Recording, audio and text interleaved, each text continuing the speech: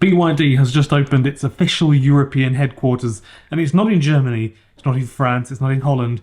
A tiny place in Hungary, in a Hungarian town that almost nobody outside of the EV world has ever heard of. It's just a short drive from the site of the new EV factory in a place called Zeged in Hungary. And this isn't a temporary base or a sales outpost or something like that. It's actually the European headquarters for BYD. It's their nerve centre, as it were. It's a permanent move in the heart of the European Union. Let's give you an idea of the bigger picture. BYD built 4.3 million vehicles in 2024, including 3.6 million NEVs, which is hybrids and full electric vehicles, basically. Almost a couple of million of those were full battery vehicles, 62% more than the year before. So that's a big deal. They now have over 40 industrial parks worldwide. Meanwhile, Volkswagen is still trying to sort out its software in-house, while BYD's out here basically building mega factories all over different parts of the world. It's kind of like stacking Lego, really. BYD is the world's second largest EV battery maker behind CATL, which is obviously a massive deal. That matters because all other brands are basically making cars and they require a partnership or a contract to purchase those batteries from companies like third-party companies such as CATL. BYD makes their batteries themselves. That makes them cheaper, basically, wildly better than the other way around, having to contract somebody for a battery.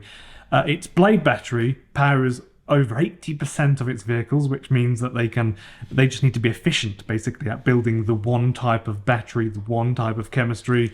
The new Gen 2 battery, the Blade battery, is 210 watt-hours per kilogram, which is 30 or so percent more energy dense than the first gen.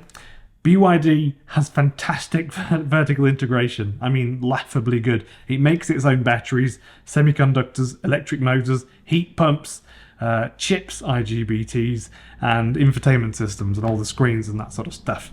Meanwhile, legacy car makers still rely on half a dozen suppliers to figure out their cooling systems. Hello folks, my name is Ben Alexander. Thank you very much for tuning in. I genuinely appreciate all of you watching, so thank you very much. Today I want to break down what BYD's European headquarters actually means for the car market here in say, France or England or Germany, all over Europe, and why this quiet little building might be the most important step BYD has taken outside of China. And I don't think the legacy automakers have really grasped what this really means yet, especially not Honda or Toyota, sadly. BYD's new headquarters is located in Budapest, Hungary, just 170 kilometers from the town called Szeged in Hungary, where they're building a multi-billion euro EV factory. Hungary is rapidly becoming China's, I would say, China's manufacturing hub in Europe. CATL is building a 7.3 billion euro battery plant nearby. NIO and Great Wall Motor, also they've got investments as well in Hungary. Labour costs in Hungary. I've actually talked about this once, I think last year. Hungary, compared to, say, Germany, for example, the salaries are 30% less, 40% less. And logistics and things like that, and access to the rest of the European Union, really, really good in Hungary. Hungary also offers tax incentives and a pro-China government stance, welcoming these investments with proverbial open arms. BYD already has e-bus assembly in Hungary since 2017, so 8 years. This headquarters consolidates basically all European operations into one place, and that's where you send a letter to them, basically. So this move makes sense. BYD gets cheap labour, EU market access, battery supply chains nearby, and political support. And I would say, for the second time, I think I've said this year, it's a masterclass in choosing your base and operating a business, and a stark contrast to how, sadly, Japanese or Korean car makers approached Europe in the 90s. Obviously, Toyota and Honda, they make really great cars. I think everyone seems to be saying these days less good than they were 20 years ago, but still fantastic vehicles. But now they've got more fantastic competition. This is an interesting thing, isn't it? So the headquarters and factory are just the start, in my opinion. I don't think this is them, in the second half of what they're doing. I think they're in the very early stages in the next 20 years, really, doing what it is that they're doing.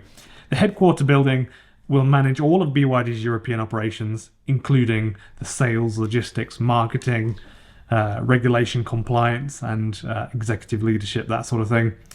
And I mean, it could also just be a place to have Ursula von der Leyen come and have a biscuit and a cup of tea and a chat, and they can, have a chat with her and just try and ask her why she's asking, making them pay lots of tariffs.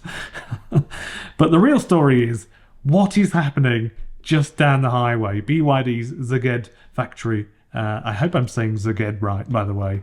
I'm just guessing how you say that. Expected to start production in late 2025, later on this year. €1 billion investment as well, initial investment for that, with room to scale it as well, so they can double it and triple it, that sort of thing, as they've said on stage, I think, last year. Planned capacity for that factory, 150,000 vehicles annually in phase one. It's going to be focusing on models like the Seagull, the Dolphin as well, possibly a new Europe-only electric vehicle, and nowhere else will sell that vehicle, but they won't tell us what it's called. Reports suggest over 3,000 jobs created once at full capacity. It's about half that currently right now, but they're kind of building it and fitting roofs and running cables and stuff like that, I presume. So local supply chain development is already underway. Battery electronics, logistics partners being sourced in Hungary and Slovakia. I know that some contracts have been signed as well. BYD's strategy is to own the value chain. That is, of course, what they're doing.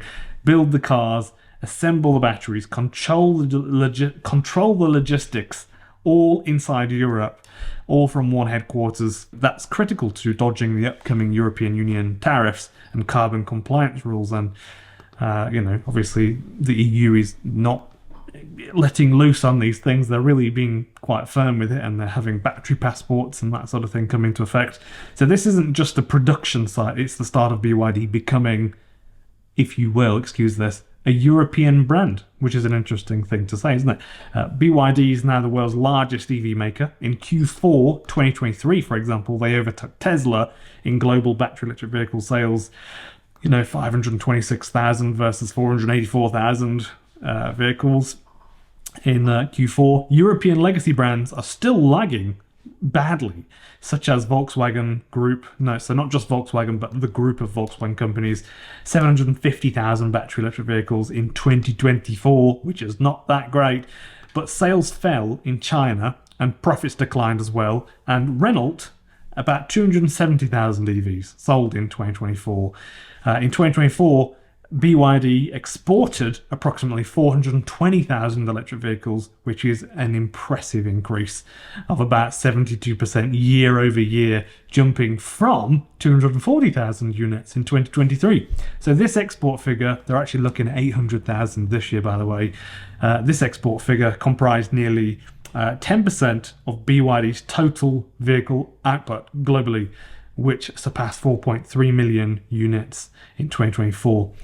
So they've obviously got goals to expand really quickly. BYD is transitioning from being China-centric to a genuine global EV contender. Think like Kia, Hyundai, something like that, or maybe even Toyota. That's what they're going for.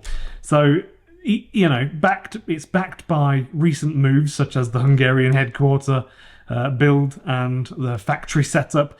The headquarters means that BYD isn't just testing the waters, they're actually playing a long game. They're not looking to do well for 5 years and then sell their business to Ford or something like that. Once the Zeged factory opens up, BYD can cut prices, eliminate shipping costs, deliver everything basically in a truck, moving up and down the highways in Europe rather than shipping it across the world. Deliver locally built EVs with fewer regulatory hurdles, less taxes.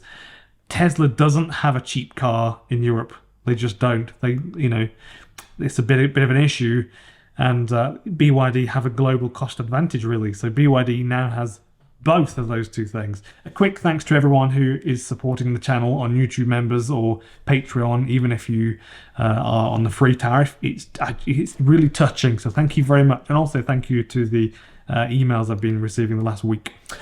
If you like these sort of grounded EV updates, or, you know, they're grounded with data, basically, I think, my videos, and I think that's the way that I kind of like them, to have lots of numbers, lots of percentages, lots of data, real world facts, feel free to subscribe or join on Patreon. Every little bit helps me as well if you donate a couple of dollars a month, something like that. And hopefully you'll get some good perks from that too. So BYD now has a European headquarters, a massive factory on the way in the heart of Europe, growing sales network across the UK and Europe. This isn't just a test run. This is a full-blown invasion, really. But it's smart. It's a calculated one. First the buses, then the budget cars, now the premium EVs, like this BYD Seal, the BYD Tang, and the local manufacturing and the local leadership, the headquarters, that sort of stuff. You know, BYD just planted its flag, really, in the middle of the European Union car market. That is a big deal. I don't really know that people are talking about it like that, but that's how I see it. That's a really big deal because there are 27 countries, 730 million people in Europe. What do you think about this? This is a fascinating thing. Will Europeans embrace a Chinese EV brand made in Hungary, or will they start to think of it perhaps as a European company if it's made locally? Will this force Volkswagen or Renault or Tesla to react faster? No, I will not change the way I say Renault. I know there's every time I talk about it, someone's always in the comments saying Renault, and I'm saying it wrong. I'm not bothered, honestly. Yeah, this should possibly lower their prices. Do you think it will lower their prices? I think it might do. Or are BYD's prices already pretty good and they're not going to really give you that extra money that they can shave off? They'll keep that as a profit. Or are BYD's price and quality advantages too much to overcome? Let me know in the comments. And I read all the comments, of course. See you in the next video. Thank you very much for watching.